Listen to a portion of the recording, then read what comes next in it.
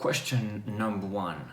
What does trance mean to you? Trance means a lot to me. It was the genre of all the electronic music genres that first got me really excited. It was probably techno, rave, something like that that got me into the scene. But in '92, when I first time heard Jam and Spoon's remix of Age of Love or tracks like that the early German trance sound from Paul van Dyk, MFS, Sven Väth, IQ, that was the genre that defined what was best in electronic music. Euphoric melodies, driving energy. That's why trance is here for me. The world is about to end and you are organizing the last ever party. Which DJs would you book to play? I guess it would need to be a legendary party for sure. So there will be Jose Padilla, who would be playing a laid-back, chilled-out, emotional set in the afternoon or early evening, getting people into the mood of the forthcoming end of the world. Then Sasha and Dick would do back-to-back 4-5 hours of old music, new music, just doing their magic. Then it would be my favorite ever trance DJs and very inspirational, important artists throughout my career. Paul van Dyk, Paul Oakenfold, Solarstone playing back to back of the best trance on the planet. And then, if the world would end only after the party would end, then the after party DJ would be Solomon, who would just keep on going for hours, days, weeks, months. I don't know, Solomon can play a very long time at an after party. So he would be the one closing it all, and he knows how to close in style. What is my greatest fear? My greatest fear is that something bad would happen to the people I care the most, that I love most. That is something I live with every day. What is my earliest memory? My earliest memory goes to my second childhood home in Helsinki. I'm probably 3, 4, 5, something like that. Memories of playing out on the yard, something like that. I have a happy childhood, loving parents to whom I'm very thankful for everything. So those are my earliest childhood memories. Have you ever said I love you and not meant it? No, I have not. But sometimes it has taken too long for me to say I love you when I could have or should have done it earlier already. What is my guiltiest pleasure? Well, I guess this would go to the field of music and Chainsmokers hits, EDM festivals, Swedish House Mafia main room sets, cheesy 90s dance, pop songs. I'm a real sucker for big melodic pop hooks. So I love underground alternative music, but sometimes it cannot be too pop for me. Even Justin Bieber goes sometimes. What is my all-time favorite movie? This is an easy one. Blade Runner. I think it has the best soundtrack ever to any movie. But also Blade Runner defined or redefined the genre of sci-fi for a long time, and the aesthetics of the film, how it looks, how it sounds, how it feels. It just, still resonates, and still I think we are trying to recreate the future that Blade Runner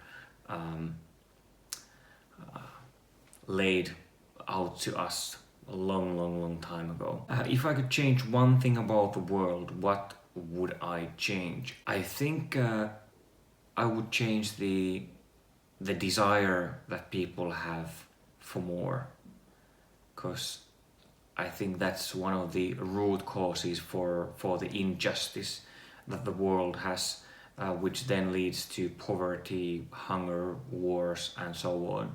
So if people would just be more happy with less and would not have that desire that a lot of people we have, I think the world will be a lot better place. What is the most important lesson life has taught me? To be kind. Always try to be as kind to people and to myself as well. Be as kind as possible. It will not do any bad, at least. In a film about me, who would play myself? This is a tricky one, but quite a few people have said that Steve Carell looks like me, so maybe he would be a good. I'm not as funny as Steve, but yeah. And yeah, I guess that would be an interesting one. You're only allowed one alcoholic drink for the rest of your life. What would you choose? Well, coming from electronic music, techno, clubbing background, I could say vodka, Red Bull, Jägermeister, something like that. But I'll go with something a little bit more sophisticated and just say a very, very fine Riesling white wine. I think that would be good choice. If I would be an animal, what animal would I be? I think I would be panda. Pandas are, pretty chilled out, and they seem to be enjoying what they have, and people like them. Yeah, I would be a panda. Which track from my back catalogue best defines me and my sound?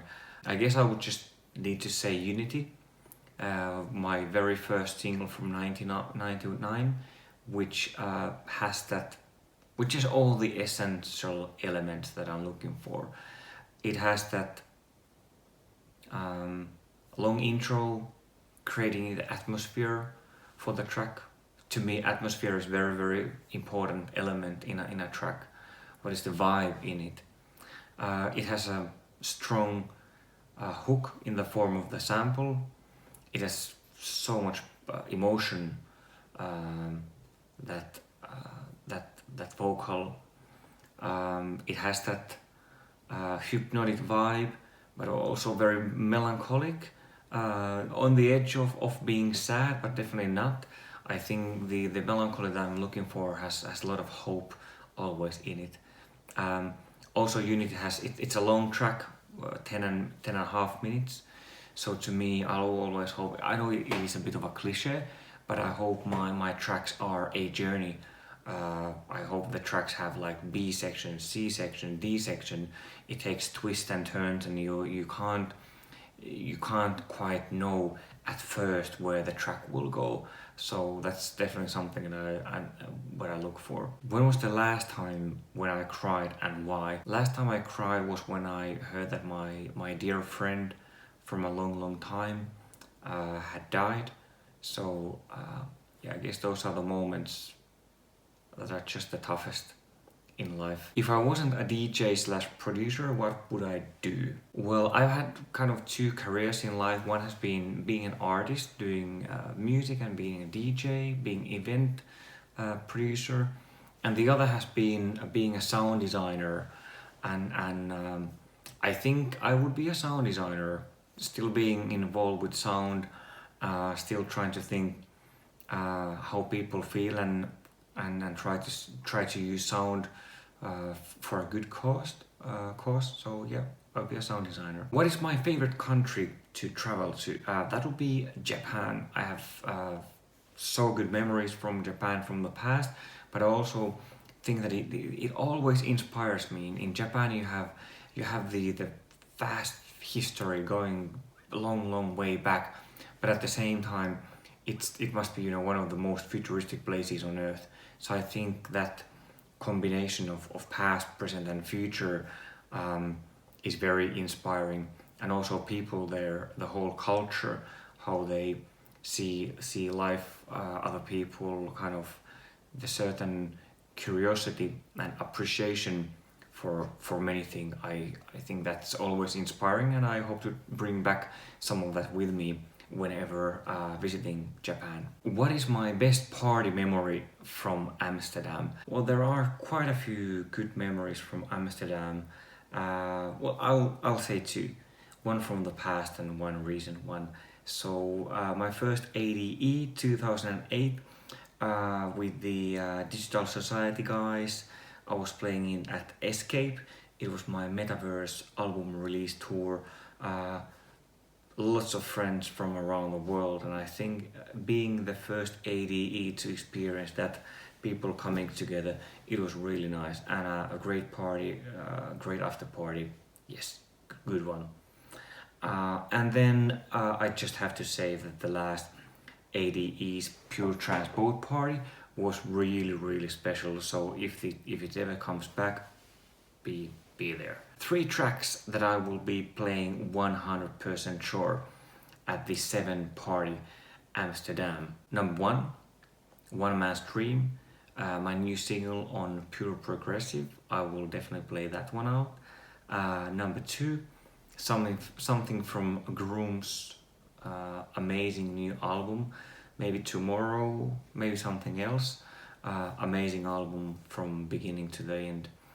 And number 3, I will be playing the first set of the night, which I think is very much about just setting the mood and people coming in and getting into the groove, not playing too hard right away. So there's a track from Mes Salome called Simpler Time, which is just really beautiful. So I think that will be one of the few opening tracks I will play. So it will be amazing.